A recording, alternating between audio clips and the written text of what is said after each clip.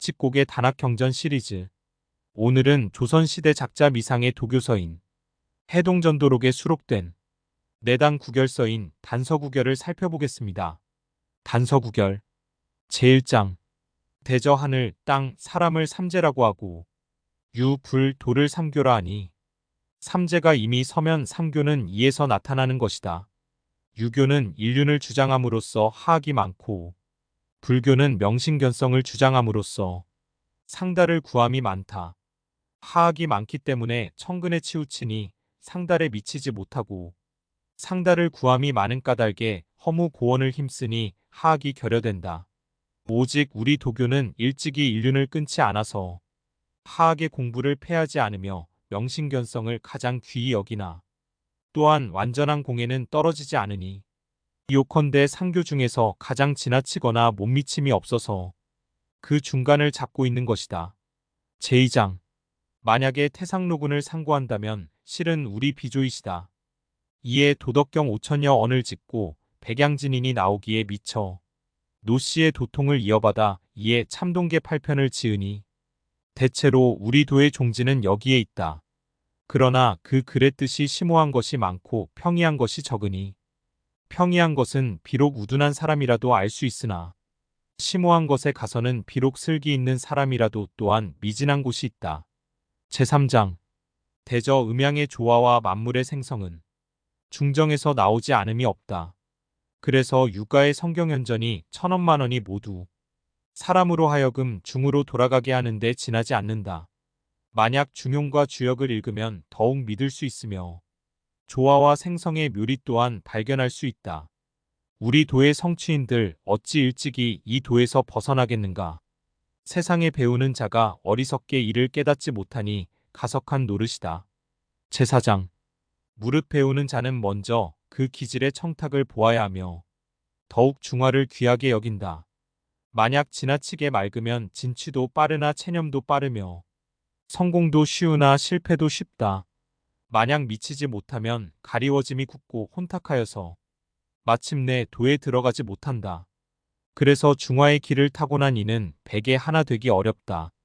제5장 물은 도를 배우는 자는 반드시 먼저 단재, 또 반드시 도를 얻어야 비로소 손을 댈 수 있다.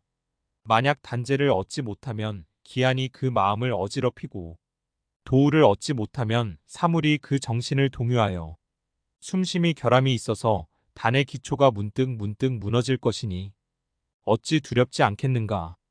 제6장 무릇 도를 배우는 자는 맨 처음에 반드시 몸을 단련하고 때를 기다려야 한다. 그 방법은 정결하고 고요한 곳을 가려 자리를 정하고 있으면 이 자리가 곧 관이다. 관에 앉아서 생각을 수련하여서 처음 백날을 앉아있는 것을 초정관이고 또 백날을 앉아있는 것을 중정관이고 또 백날을 앉아있는 것이 삼정관이다. 그 상관을 앉았을 때 또한 반드시 마음이 나뉘어짐이 있으니 호산한 상과 속무와 진연을 일체 씻어버려야 한다. 만일에 상관에 앉지 못하면 비록 태식의 조그만 도라도 성취되지 못하는 것이다. 제7장 무릇 도를 배우는 자는 먼저 상관에 앉은 연후에야 비로소 환에 앉게 되나 반드시 심상궁곡에서만 하는 것은 아니다. 비록 도시 길거리와 큰읍이라도 관계없으며 날짜는 반드시 매월 초사흘이나 보름날을 택해야 한다. 이 말은 선천진일의 기운이 비로소 생기는 때이므로 바야흐로 좌공을 시작하며 그 공부는 대략 좌관과 같다. 제8장 무릇 도를 배우는 자는 관에 앉기 전에 먼저 삼충을 제거하라.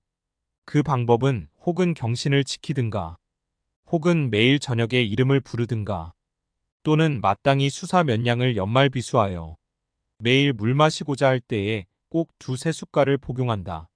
만일 그렇지 않으면 환에 앉은 뒤에 이로 인하여 동념이 될까 두려워서 하는 것이다. 제9장 무릇 환에 앉은 후에는 반드시 외마를 경계하기 위하여 병풍에 천전으로 써두고 벽에 고경도 걸어두고 또한 보검을 세워둔다. 그러면 흉사한 외마가 자연히 물러갈 것이다. 제10장 무릇 환에 앉은 후에는 하룻밤이라도 등불이 없으면 안 되니 반드시 맑은 기름을 많이 구하여 두었다가 밤이 새도록 불을 켜놓아야 한다. 만일 등불이 꺼지면 외부 마귀가 어둠을 타서 침입할 것을 두려워하는 것이다. 제11장 무릇환에 앉은 후에 하룻밤이라도 혹시 잠을 자면 안 된다. 혹시 잠이 들면 사람의 혼백이 음을 타고 양을 쫓아서 자연이 목매의 사이를 왕래하며 기식이 왕성하고 커져서 수습하기가 어렵다. 그 잠의 마귀인 수마를 제어하는 법은 또한 스스로 힘쓸 따름이다. 그 처음에는 비록 견디기가 어려운 것 같지만 만일 7, 8일 밤은 참고 견뎌 나아가면 자연히 졸음이 없어질 것이다. 제12장 무릇환에 앉은 후에 반드시 법에 의하여 공을 들이면 금빛이 나타나 전신을 둘러쌀 것이다. 이는 곧 단이 이루어짐을 알리는 것이요 진일의 기후이다. 이같이 하면 석 달을 지나지 않아서 자연히 화우가 생길 것이다. 이후부터는 자초의 양기가 태생할 때로부터 시작하여 사시의 극양이 될 때까지 숨을 들이쉬기를 미미하게 하다가 점차로 크게 쉬고 5초의 응기가 생길 때부터 시작하여 신시의 극음이 될 때까지는 숨을 내쉬기를 미미하게 한다. 오직 묘시와 유시에는 내쉬지도 말고 들이쉬지도 말 것이며 술시와 해시에는 기식을 저절로 이루어지게 방임한다. 이는 하루의 주공을 마치는 것이다. 제13장 무릇환에 앉아서 기를 연마하는 방법은 맨 처음에 일궁의 진양을 운행하되 미려로부터 시작하여 청맥을 경유하여 니왕궁에 이르는 것이다. 단련하고 또 단련하여 내려오기를 윗 잇몸으로부터 시작하여 아래로는 단전으로 들어간다. 기나게 닫고 굳게 봉한 연후에 법에 따라 화후를 행한다. 제14장 무릇 일기를 얻으려면 한 달 후에는 복숭아 씨만하게 생기고 9달이 되면 복숭아만하게 커지고 10달이 되면 공이 이루어져 속인을 탈피하고 성경으로 들어간다. 그러나 또다시 산이나 물가 바위 골짜기를 찾아가 배고프면 밥 먹고 피곤하면 잠자며 처음 입판할 때와 같이 9회를 계속하면 포일의 공이 완성될 것이다. 만약 9회를 하지 않으면 태가 굳어 완전하기 어려워서 도망하여 잃어버림을 면치 못할 것이다. 제15장 무릇 포일의 도가 성공된 후에 모든 일이 다 된 것이다. 그러나 만약에 전날의 허물을 헤아려 죄가 많으면 속세를 떠나 성계로 올라갈 수 없다.